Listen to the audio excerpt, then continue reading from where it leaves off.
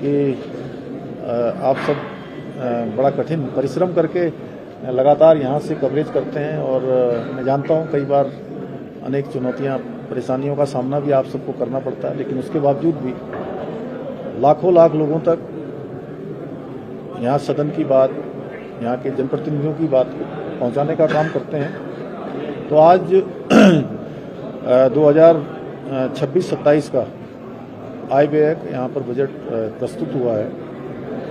ये बजट कुल मिलाकर पहली बार हम लोगों ने 2022 से ये प्रयास किया कि जब भी हम बजट बनाएं तो बजट बनाने से पहले सभी लोगों से, जो हमारे हितधारक हैं, विभिन्न क्षेत्रों में काम करने वाले उद्योग समूह के लोग हैं, स्वयं सहायता समूह के लोग हैं, विभिन्न व्यापारी संगठनों के लोग हैं, जनप्रतिनिधि हैं, उन सभी की राय लेकर उन सभी के साथ बजट पूर्व संवाद स्थापित करें। वो बजट पूर्व संवाद हमने स्थापित किए थे कुमाऊं, गढ़वाल, देहरादून, सभी स्थानों पर, और उनकी जो राय आई थी, जो उन्होंने सलाह दी थी, हमने प्रयास किया कि उसको हम बजट में समाहित करें, बजट में उसको सम्मिलित करें। हर संभव हमारा प्रयास था और माननीय प्रधानमंत्री जी के नेतृत्व में जो देश का बजट प्रस्तुत किया गया, उस बजट से भी प्रेरणा लेते हुए, उसी को आगे बढ़ाते हुए कि विकसित भारत के संकल्प को पूरा करने में विकसित उत्तराखंड का भी अपना योगदान हो।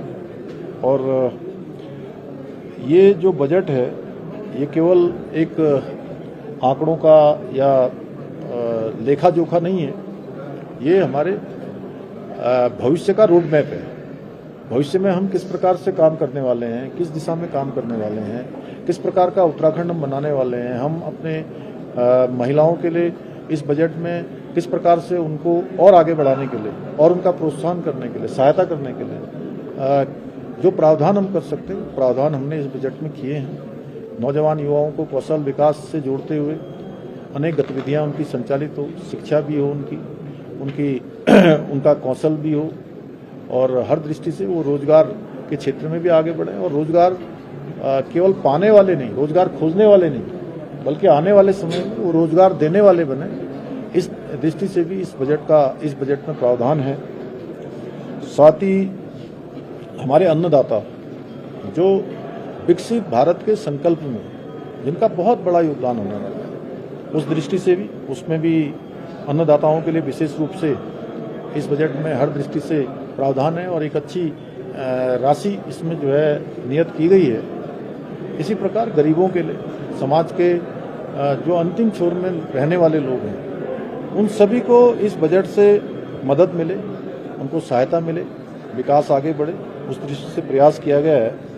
बजट में विकास भी है, विरासत भी है, और संस्कृति और आधुनिकता, इन सभी का संतुलन, केदार और मानस दोनों की जो आध्यात्मिक ऊर्जा है, उस ऊर्जा को राज्य के हित में लगाया जाए, राज्य के हित में उसका अच्छा उपयोग हो, उसकी सहायता लेकर हम आगे बढ़ें। और लगभग 1,11,000 करोड़ रुपए का ये बजट है और राज्य के इतिहास में विकास की निरंतरता को दर्शाता है। राज्य गठन के समय हमारी जो जीएसडीपी थी, उसका आकार लगभग 14,500 करोड़ का था, जो वर्तमान में लगभग 3,81,000 करोड़ रुपए अनुमानित हो गया है। और राज्य की आर्थिकी में राज्य गठन से लेकर अब तक 26 गुना से अधिक की वृद्धि हुई है, जो अपने आप में राज्य का अनवरत रूप से जो विकास आगे बढ़ा है उसको भी दर्शाता है। और प्रति व्यक्ति आय 2000 और 2001 में मात्र 15,285 रुपये थी, जो इस वर्तमान वित्तीय वर्ष में 2025-26 में 2,73,921 रुपये अनुमानित है।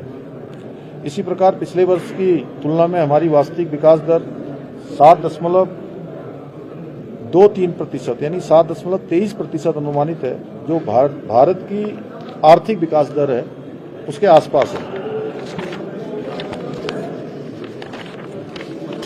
हमने बहुत सारे जो FRBM एक्ट हैं, उत्तराखंड के दिए गए संकेतकों को जो भारत सरकार की दृष्टि से लोन लेने के लिए, अन्य चीज़ों के लिए जो जरूरी होते हैं, उन सभी का हमने पूरी तरह से पालन किया है। और रेवेन्यू को सरप्लस बनाए रखना, फिजिकल डेफिसिट को जीएसडीपी के 3% के अंदर रखना, कुल ऋण जीएसडीपी को निर्धारित सीमा लगभग 31% के अंतर्गत रखना, और हमने इन सभी मानकों का ठीक प्रकार से पालन किया है। ये हमारे जो फाइनेंशियल, जो हमारा डिसिप्लिन है, वित्तीय अनुशासन है, उस वित्तीय अनुशासन को हमने बनाया है। और कुल व्यय इस 2026 के बजट का जो अनुमान का सार है, उसमें 1,11,703 करोड़ है। राजस्व व्यय में 64,989 करोड़, पूंजीगत परिव्यय में 18,153 करोड़, और कुल प्राप्तियां हमारी लगभग 1,10,000 करोड़ 43 करोड़। राजस्व प्राप्तियां 67,526 करोड़। राज्य का राजस्व कर 43,327 करोड़, और करेतर राजस्व है 24,198 करोड़। आदरणीय प्रधानमंत्री जी के द्वारा भी निरंतर रूप से लगातार समय समय पर हमारे राज्य के साथ जो उनका विशेष लगाव है, और कोई भी ऐसा मौका नहीं होता है जब भी कोई उत्सव हो, कोई प्रमुख कार्यक्रम हो, या देश विदेश में वो कहीं भी हो, तो हमारे राज्य को अवश्य उनका वो स्मरण में रखते हैं। और उनका स्मरण हमारी सभी प्रकार की जो सहायताएं हमको भारत सरकार से प्राप्त होती हैं, उन सब में दिखाई देता है। और हमको आर्थिक सहायता भी मिलती है, जिसके कारण से हम ये 1,11,700 करोड़ का ये बजट हम प्रस्तुत कर पाए हैं। और इस बजट में भारत सरकार ने जो केंद्रीय करों में राज्य के अंश के अंतर्गत लगभग 17,400 करोड़ रुपए, और केंद्र सरकार से प्राप्त होने वाली केंद्रीय योजनाओं के अंतर्गत लगभग 18,451 करोड़ की प्राप्ति सम्मिलित है। इसमें प्रमुख केंद्र घोषित योजनाओं में भी प्रावधान किया गया है। और बीवीजी रामजी विकसित भारत ग्रामीण रोजगार गारंटी एवं रोजगार मिशन के लिए 705 करोड़ रुपए का इस बजट में प्रावधान किया गया है। प्रधानमंत्री ग्रामीण सड़क योजना, इसके लिए 1,050 करोड़ रुपए का, और जल जीवन योजना, जो कि हर घर से नल पहुंचाने के लिए एक बहुत आवश्यक, बहुत महत्वाकांक्षी योजना है माननीय प्रधानमंत्री जी की, उस योजना के लिए 1,342 करोड़ रुपए का प्रावधान किया गया है। और मैं अगर संक्षिप्त में कहूं तो ये बजट सर्वसमावेशी है, और सभी वर्गों का इसमें ध्यान रखा गया है। इसमें गरीब कल्याण के लिए, सुरक्षा पेंशन योजनाओं के लिए 1,327 करोड़ रुपए का, अन्नदाता योजना के लिए 1,300 करोड़, राज्य खाद्यान्न योजना के लिए 25 करोड़, प्रधानमंत्री आवास योजना के लिए 298 करोड़, और प्रधानमंत्री आवास योजना 2.0 के लिए शहरी विकास के लिए 56 करोड़। युवा कल्याण, इसमें युवाओं के कल्याण के लिए हमने विशेष इसमें फोकस किया है, क्योंकि युवा शक्ति हमारे भविष्य के लिए बहुत बड़ी हमारी पूंजी है। और विकसित भारत के संकल्प को पूरा करने में इस अमृत काल में युवा हमारे बहुत महत्वपूर्ण, जिनको विकसित भारत बनाने में अपना हर दृष्टि से योगदान देना है, तो हमारी प्राथमिकता में है। इसलिए शिक्षा एवं खेलकूद के लिए इसके राजस्व मद में हमने 11,871 करोड़ एवं पूंजीगत मद में 888 करोड़ का प्रावधान किया है। इसी प्रकार कौशल विकास के लिए राजस्व मद में कि युवा हमारे कौशल भी प्राप्त करें और रोजगार भी प्राप्त करें, हर दृष्टि से वो सामर्थ्यवान बने, तो उसमें 586 करोड़ का पूंजीगत मद में और 134 करोड़ रुपए, जिसमें मुख्यतः सेंटर ऑफ एक्सीलेंस का निर्माण किया जाना है, ये किया गया है। अन्नदाता जो हमारे विकसित भारत के संकल्प को पूरा करने में उनका बहुत महत्वपूर्ण योगदान होने वाला है, और भारत पूरी दुनिया का एक तरह से फलों की टोकरी बनेगा विकसित भारत 2047 का। तो उसके लिए राजस्व मद में हमने 1,113 करोड़ पूंजीगत मद में और राजस्व मद में 1,113 करोड़ और पूंजीगत मद में 342 करोड़ का प्रावधान किया गया है। पशुपालन, डेयरी, मत्स्य आदि में 815 करोड़ और पूंजीगत मद में 108 करोड़ रुपए इसमें भी रखा गया है। नारी शक्ति, चूंकि उत्तराखंड राज्य के अंदर हमारी नारी शक्ति का हर दृष्टि से राज्य को चलाने में भी और राज्य की जो अर्थव्यवस्था है उस व्यवस्था में भी उनका बहुत बड़ा योगदान है। आज पूरे राज्य के अंदर हमारी मातृशक्ति जहां अनेक प्रकार के उत्पाद बना रही है, स्वयं सहायता समूह चला रही है, छोटे छोटे काम करके अपनी पहचान बना रही है। हाउस ऑफ हिमालय ब्रांड, उसमें अनेक उत्पाद हमारी महिलाओं के हैं और उनके बनाए हुए उत्पादों को आज देश दुनिया में पहचान मिल रही है। हर दृष्टि से महिलाएं कठिन चुनौतियों के बाद भी आज आगे बढ़ रही हैं। इसलिए इस बजट में समर्पित रूप से महिलाओं के कल्याण के लिए जो जेंडर बजटिंग है, अभी किसी मित्र ने मुझे पूछा भी था अभी नीचे आते हुए आप ही में से कि एक बड़ा बजट इसमें रखा गया है, तो ये हमारी प्राथमिकता में है। मातृशक्ति, नारी शक्ति, मैं ये मानता हूं कि जो प्रधानमंत्री जी ने बाबा केदार के धाम से उन्होंने उद्घोष किया था कि 21वीं सदी का तीसरा दशक उत्तराखंड का दशक होगा। मैं पूरे उत्तराखंड में जाने के बाद, पूरे उत्तराखंड का भ्रमण करने के बाद, अनेक हमारी मातृशक्ति के सम्मेलनों में, उनके कार्यक्रमों में, उनके द्वारा बनाए हुए प्रदर्शनी उत्पाद देखने के बाद मैं कह सकता हूं, मेरा विश्वास दृढ़ हो गया है कि प्रधानमंत्री जी के जो शब्द उनके मुंह से निकले थे, उन शब्दों को साकार करने में, उसको संकल्प से सिद्धि तक पहुंचाने में कोई अगर अग्रदूत का काम करने वाली है तो उत्तराखंड की नारी शक्ति करने वाली है, उत्तराखंड की मातृशक्ति करने वाली है। वो इस की ध्वजवाहक हैं, सबसे आगे चलने वाली है। इसलिए हमने इस जेंडर बजटिंग के अंतर्गत 19,692 करोड़ रुपए का बजट का हमने नारी शक्ति के लिए प्रावधान किया है। आप ये मान सकते हैं कि लगभग 20% 1/5 के लगभग ये बजट हमने मातृशक्ति के लिए इसमें प्रावधान किया गया है। इसमें सक्षम आंगनबाड़ी एंड पोषण की योजना के लिए 598 करोड़, प्रधानमंत्री पोषण मिशन के लिए 149 करोड़, राज्य में प्रसूता के लिए ईजा बोई सगुन योजना के लिए 14 करोड़, मुख्यमंत्री महालक्ष्मी किट योजना के लिए 30 करोड़, नंदा गौरा के लिए 220 करोड़। इसके अतिरिक्त लोक निर्माण विभाग में एक बड़ी धनराशि 2,501 करोड़ रुपए का, ऊर्जा विभाग में 1609 करोड़ की और लघु सिंचाई में 1642 करोड़ की योजना है। इसके अतिरिक्त इस बजट के माध्यम से कई नई योजनाएं भी हम राज्य के अंदर प्रारंभ कर रहे हैं और विशेषकर इस वर्ष के समाप्ति पर 2027 जैसे इसी वित्तीय वर्ष के अंतर्गत वर्ष 26-27 में 27 के प्रारंभ में मकर संक्रांति के दिन से हमारे राज्य के अंदर कुंभ मेला प्रारंभ होगा और इस बार का कुंभ ये हमारा बहुत भव्य हो, दिव्य हो, उसके लिए हम लगातार काम कर रहे हैं, लगातार प्रयास कर रहे हैं, लगातार मीटिंगें हमारी हैं, लगातार समीक्षाएं हो रही हैं। मैं भी और मेरे समेत सभी लोग शासन के स्तर पर भी लगातार समीक्षाएं हो रही हैं और कई सारे काम हमने प्रारंभ कर दिए हैं। मैं आदरणीय प्रधानमंत्री जी का धन्यवाद करना चाहता हूं कि हमने उनसे अनुरोध किया था कि इस बार हम कुंभ मेला यहाँ पर आयोजित कर रहे हैं और 2021 में हमारे राज्य के अंदर कुंभ हुआ था, लेकिन उस समय आप सबको पता है कि कोरोना महामारी के कारण से वो बीच में ही थोड़ा बहुत ज़्यादा नहीं हो पाया, बीच में ही उसको रोकना भी पड़ा था क्योंकि महामारी फैल गई थी।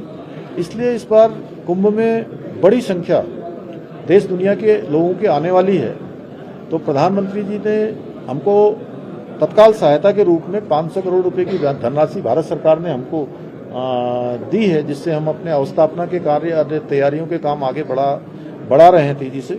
मैं प्रधानमंत्री जी का धन्यवाद भी करता हूं और अभी जो कुंभ मेले के लिए हमने मुख्य रूप से 1,027 करोड़ रुपए का प्रावधान इसमें किया है इस बजट में। और भी अगर चूंकि अन्य जो भी आवश्यकताएं पड़ेंगी, कुंभ भव्य हो, दिव्य हो, सनातन का उद्घोष यहाँ से हो, पूरी दुनिया के अंदर देवभूमि उत्तराखंड का एक अच्छा अनुभव लेकर हमारे देश दुनिया के लोग जाएं, उसके लिए हम हर संभव अच्छा कुंभ यहाँ पर आयोजित हो, उसके लिए हम काम कर रहे हैं। और धनराशि की भी आवश्यकता होगी तो धनराशि का और भी प्रावधान किया जाएगा, उसमें कोई कमी नहीं की जाएगी। और विश्व बैंक साहित्यिक जो सार्वजनिक हमारा वित्तीय प्रबंधन सुदृढ़ीकरण है, उसके लिए 110 करोड़ रुपए का प्रावधान किया गया है। ऐसे कोलोनाइजेशन प्रोत्साहन के लिए भी, IIT उन्नयन हेतु, साइबर सिक्योरिटी के लिए, इको टूरिज्म स्थापना के लिए, प्रदेश में स्पिरिचुअल इकोनॉमिक जोन जो बहुत महत्वपूर्ण है, उसके बारे में अभी मैंने अपने बजट भाषण में उल्लेख किया था, आप लोग सुन ही रहे होंगे। क्योंकि मैं उसको ज़्यादा विस्तार से बताऊंगा तो मुझे लगता है कि आप लोगों को वो रिपीट हो जाएगा, उसको रिपीट नहीं करना है। प्रदेश में आपदा सखी के लिए भी हमने इसमें प्रावधान किया है। इस बजट में हम नवाचार को भी बढ़ावा दे रहे हैं। जैसे राज्य में सेब की नर्सरी विकास के लिए भी हमने धनराशि का प्रावधान किया है। ये एक तरह से एक विंडो खोली है उसके लिए भी। सिविल सर्विस एवं अन्य ऑनलाइन कोचिंग के लिए कि हमारे युवाओं को भविष्य निर्माण के लिए, उनको अपने कॉम्पिटिटिव एग्जाम के लिए तैयारी करने के लिए, अपने भविष्य के निर्माण के लिए भी 10 करोड़ रुपए की योजना का इसमें धनराशि का प्रावधान किया है। कीवी और ड्रैगन फ्रूट ये चूंकि बहुत अच्छी मात्रा में हमारे राज्य के अंदर इसका उत्पादन हो रहा है। अब हमारे राज्य की जो कीवी है उसकी मांग अब बढ़ती जा रही है लगातार। और सामान्य से सामान्य जो हमारे कृषक हैं वो भी कृषि उत्पादन को आज प्राथमिकता देने लगे हैं। सरकार उसमें कहीं पीछे न रहे, इसलिए हमने ये भी, और ये जो तराई के हमारे क्षेत्र हैं, विशेषकर उधम सिंह नगर का बाजपुर क्षेत्र है, उसके आसपास का क्षेत्र है, वहाँ पर ड्रैगन फ्रूट की खेती बहुत अच्छी हो रही है और ड्रैगन फ्रूट की मांग भी बढ़ रही है। तो उसमें भी हमने 10 करोड़ रुपए का 30 करोड़ रुपए का इसमें हमने प्रावधान किया है कीवी और ड्रैगन फ्रूट के लिए। ट्राउट मछली को प्रोत्साहित करने के लिए अभी हमारा एक प्रतिनिधि मंडल यहाँ से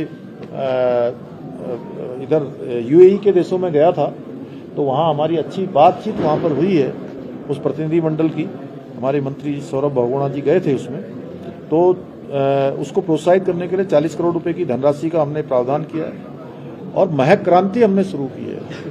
मुझे लगता है कि आप लोगों में से सभी लोगों को पता ही होगा, महक क्रांति चूंकि राज्य के अंदर हमारे यहाँ इसकी अपार संभावनाएं हैं। हमारे यहाँ पर जो सुगंध और पौधे हैं वो बड़ी मात्रा में हैं। हम उसको ठीक प्रकार से अपने उपयोग में लाएंगे तो एक बड़ा काम हमारे यहाँ पर इसका शुरू हो जाएगा। सेलाकुई में, देहरादून में इस बार महक क्रांति की शुरुआत की है 2026 से 2036 के लिए, अगले 10 सालों के लिए।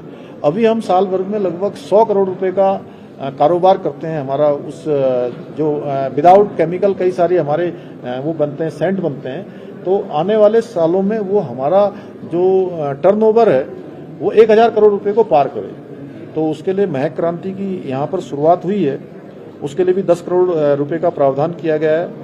Artificial intelligence, AI on emerging technology, आजकल AI का जिस प्रकार से आज पूरे देश और दुनिया के अंदर AI की आवश्यकता हो गई है, वो हमारे लिए भी एक चैलेंज है कि हम इस दौड़ में पीछे न रहें। तो उसके लिए भी 13 करोड़ रुपए की धनराशि का उच्च शिक्षण संस्थाओं में ऑनलाइन कोर्सेज के माध्यम से गुणवत्ता युक्त शिक्षा हमारे सभी उच्च शिक्षा प्राप्त करने वालों को मिले, उसके लिए भी 16 करोड़ रुपए की धनराशि। और हरिद्वार ऋषिकेश गंगा कॉरिडोर और साथ में शारदा कॉरिडोर, और इसके साथ में ही सनातन कॉरिडोर और सरयू कॉरिडोर, ये हमने कुछ ये नवाचार के रूप में कि राज्य के अंदर हमारे यहाँ से गंगा जी निकलती हैं। तो ऋषिकेश और हरिद्वार आज पूरी दुनिया के लोग आते हैं, तो पूरी दुनिया के लोग आते हैं। तो जैसे काशी में काशी कॉरिडोर बना है, उसी की तर्ज पर उसी से प्रेरणा लेते हुए हमने कि यहाँ पर गंगा कॉरिडोर और जो हमारे घाट हैं, हमारे कई अन्य स्थल हैं, उन सब का पुनर्विकास हो, एक पथ सबको मिले, उसके लिए ये प्रारंभ किया है। तो उस काम को हम शुरू कर दिया है। और वहाँ माँ पूर्णागिरी के धाम जाने वाले और पूरे साल भर कई लाख लोग माँ पूर्णागिरी के दर्शन के लिए आते हैं। तो वो शारदा जी पर शारदा रिवर फ्रंट बने, शारदा रिवर फ्रंट, और इन सब मिलकर इसमें भी चूंकि एक फंड खोला है, लेकिन आने वाले समय में ये हमारा लगभग 1500-2000 करोड़ का जो है इसमें भी बजट का हमने प्रावधान किया है। जो भारत सरकार का शासकीय जो फंड भारत सरकार हमको विशेष सहायता के रूप में देती है, उसमें हमने इसका प्रावधान किया गया है। तो अब ये बहुत विस्तार से मैंने आपको सब चीज़ें बताई दी हैं, चाहे संतुलन है, इसके बारे में अगर आप संतुलन के बारे में पूछेंगे तो इन सभी बिंदुओं को ध्यान में रखते हुए ये बजट हमारा बनाया गया है। इसमें अगर मैं संतुलन की बात करूं तो समावेशी एस, इसका मतलब है कि समावेशी एस से, आत्मनिर्भर ए से, नई सोच एन से, तीव्र विकास टी से, उन्नत गांव एवं शहर यू से, लोक सहभागिता यानी कि लोगों की जन सहभागिता भी हो एल से, आर्थिक शक्ति ए से और न्यायपूर्ण व्यवस्था एन से। तो इस प्रकार से इस बजट में ये सभी प्रावधान हैं। और केदार, अभी मुझे ये डसीला जी यहाँ पूछ रहे थे रास्ते में आते हुए, केदार और मानस का आपने जो है बड़ा समन्वय किया है, तो मैं केदार के बारे में भी बता देता हूँ आप लोगों को। अब अलग से आप लोग नहीं पूछोगे इसके बाद मुझे उम्मीद है। क्यों अजीत भाई, ठीक है? हाँ, तो के से कौशल विकास, ई से इकोलॉजी संवर्धन, डी से धरोहर संरक्षण, ए से अवसंरचना निर्माण, आर से रिवर्स माइग्रेशन। केदार हो गया। और मानस से है मंगलकारी, अवसर युक्त, नवोन्मेषी, आध्यात्मिक और सांस्कृतिक गतिविधियां, ये मानस हो गया हमारा। तो कुल मिलाकर मुझे लगता है कि जो मुख्य चीजें थी मैंने कोशिश की है। वैसे तो ये बजट लगभग ये मैंने जो 51-52 पन्नों में अभी अंदर यहाँ सदन के सामने प्रस्तुत किया है वो बहुत संक्षिप्त है। ये बजट हमारा 1500 पेजों से अधिक का है, तो विस्तार से उसमें सभी चीजें रखी गई हैं। हाँ, डिजिटल हो गया।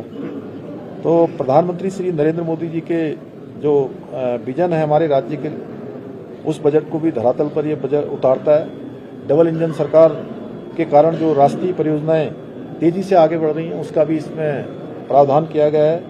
निवेश और पर्यटन में ऐतिहासिक रूप से हमारे राज्य के अंदर वृद्धि भी हुई है और हमने बहुत सारे काम जो पहली बार राज्य के अंदर किए हैं, ऐतिहासिक कार्य जो पहली बार हुए हैं, चाहे वो समान नागरिक संहिता लागू करने वाला देश का पहला राज्य हमारा उत्तराखंड बना, सख्त नकल विरोधी कानून लागू हुआ, अवैध निर्माण के खिलाफ बड़े पैमाने पर बड़ी कार्रवाई हुई, राष्ट्रीय खेलों का आयोजन हुआ, खेल विश्वविद्यालय की स्थापना हुई और जीईपी ग्रॉस एनवायरनमेंट प्रोडक्ट लागू करने वाला भी, चूंकि हमने शुरू से कहा था कि हम राज्य के अंदर जो हमारी विकास की सोच है, उस सोच में इकोलॉजी और इकोनॉमी दोनों का संतुलन बने। इसी प्रकार से गरीब, युवा, अन्नदाता, मातृशक्ति, ये सभी को रखा गया है। स्वास्थ्य के क्षेत्र में भी एक बड़ी धनराशि इसमें 600 करोड़ रुपए की अटल आयुष्मान योजना के लिए रखी है। और उत्तराखंड के अंदर रहने वाले हर एक व्यक्ति के लिए जिसने अटल आयुष्मान का कार्ड बनाया है, 5 लाख रुपए तक का उसको इलाज जो है यहाँ पर मिल रहा है। और हमने प्रयास किया है कि चाहे सरकारी अस्पताल हो या निजी अस्पताल हो, वहाँ पर उनको समय से और ठीक प्रकार से उनको ये सुविधा मिले। हर जिले में स्वास्थ्य सुविधाओं का विस्तार हो। महिला सशक्तिकरण हमारे लिए विशेष है। युवा और पर्यटन, प्रदेश में इन सालों में पर्यटन में भी बड़ी ऐतिहासिक रूप से पर्यटक हमारे बढ़े हैं। पहली बार 6 करोड़ पर्यटक आए हैं और इसीलिए हमने मानसखंड मंदिर माला मिशन, केदारखंड मंदिर विकास, home stay, eco tourism, adventure sport, इन सभी को बढ़ावा देने का इसमें प्रावधान किया है। और इसका लक्ष्य है उत्तराखंड को ऑल सीजन टूरिस्ट डेस्टिनेशन बनाया जाए।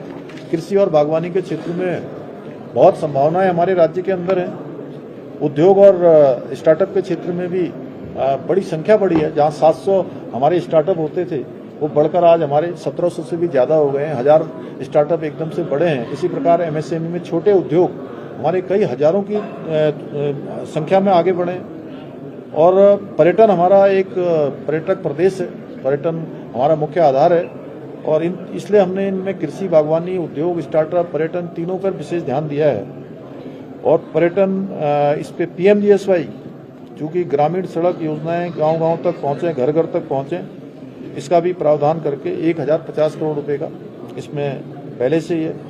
और इसका संदेश है कि हमारा इंफ्रास्ट्रक्चर के विकास से अंतिम व्यक्ति तक सभी जो हमारी योजनाएं उनका लाभ मिले। मजबूत गांव से मजबूत उत्तराखंड हमारी सरकार की नीति है, चाहे वो वाइब्रेंट विलेज योजना हो, ग्रामीण आजीविका मिशन हो या शहरी पार्किंग और स्मार्ट सिटी योजनाएं हैं। सुशासन पारदर्शिता का भी नया मॉडल ई ऑफिस 865 कार्यालयों में लागू है। अपनी सरकार पोर्टल में 975 सेवाएं घर बैठे मिल रही हैं। मुख्यमंत्री हेल्पलाइन 1905 ये बहुत प्रभावी हो रही है और काफ़ी लोगों को इससे सुविधा मिल रही है। इसके साथ साथ इसका एक बड़ा प्रभाव ये पड़ा है कि हमारे चाहे वो प्रशासन के जिले स्तर के अधिकारी कर्मचारी हों या शासन स्तर के हों या सचिवालय स्तर के हों, हर स्तर पर इसकी चीज़ें चूँकि समीक्षा होती है L1, L2, L3 और L4 के स्तर पर, तो पूरा प्रशासन नीचे से लेकर ऊपर से लेकर नीचे तक पूरा एक्टिवेट होता है। और मैं भी समय समय पर उसकी समीक्षा करता हूं और तमाम प्रकार के जो शिकायत करने वाले लोग होते हैं या जिनको परेशानी होती है उनसे बातचीत भी करता हूं। इसी प्रकार हमने भ्रष्टाचार के खिलाफ भी टोल फ्री नंबर 1064 शुरू किया है और इसको हम और प्रभावी तरीके से कर रहे हैं। उसका परिणाम हुआ है कि आपने देखा होगा कि पिछले सालों में तेजी से ट्रैपिंग काफ़ी बड़ी संख्या में बढ़ी है और जिन क्षेत्रों में लोग कहते थे कि भाई ट्रैप नहीं किया जाता है, मतलब कुछ लोगों को छोड़ दिया जाता है, वो अवधारणा भी गलत हुई है। एक हमने नई शुरुआत इसमें की है कि पहले के समय में ये बोला जाता था कि छोटी छोटी मछलियों को पकड़ा जाता है, यही बोलते थे ना, क्यों? हाँ जी बोलो।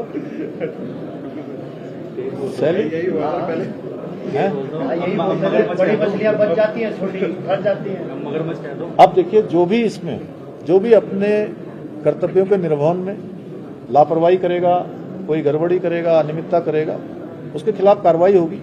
मैं उसको बहुत विस्तार से इसलिए नहीं कहना चाहता हूँ, आप लोग सब लोग जानते हैं और समय समय पर ये बातें आप लोगों के सामने आई हैं। इसकी मैं ये नहीं कह रहा हूँ कि अभी कोई ये सब पूरा हो गया है, एक शुरुआत हो गई है, एक शुरुआत हुई है, एक नई कार्य संस्कृति, एक नया कार्य व्यवहार इस दिशा में शुरू हुआ है। इसको हम और प्रभावी रूप से करेंगे।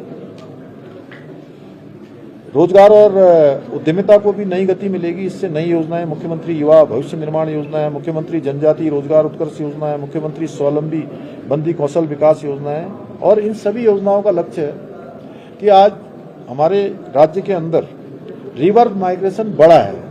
इन सालों में देखेंगे तो 44% रिवर्स माइग्रेशन बढ़ा है। ये पलायन निवारण आयोग ने अभी अपने जो आंकड़े दिए हैं, लेकिन आने वाले सालों में और बढ़े और इसके लिए हमने एक नया काम पिछले साल 2025 से शुरू किया था कि पूरे देश और दुनिया के अंदर, आज मैं एक बात और आप लोगों के समक्ष कहना चाहता हूं इस भराड़ीसैंण की हमारी ग्रीष्मकालीन राजधानी से, कि उत्तराखंड के अंदर जितने लोग रहते हैं उतने ही लोग उत्तराखंड के बाहर भी उत्तराखंड के रहते हैं जो उत्तराखंड से जुड़े हुए हैं, जिनका बहुत बड़ा योगदान आने वाले समय में उत्तराखंड को आगे बढ़ाने में हो सकता है, क्योंकि उनके पूर्वज, उनकी पैतृक, उनकी जड़ें यहाँ से जुड़ी हुई हैं और उन्होंने दुनिया के देशों में जाकर, चाहे हमारे ही देश में अनेक स्थानों पर जाकर अनेक अपनी योग्यता से, अपने परिश्रम से, ईमानदारी से, अपने काम से अपनी एक विशिष्ट पहचान बनाई है।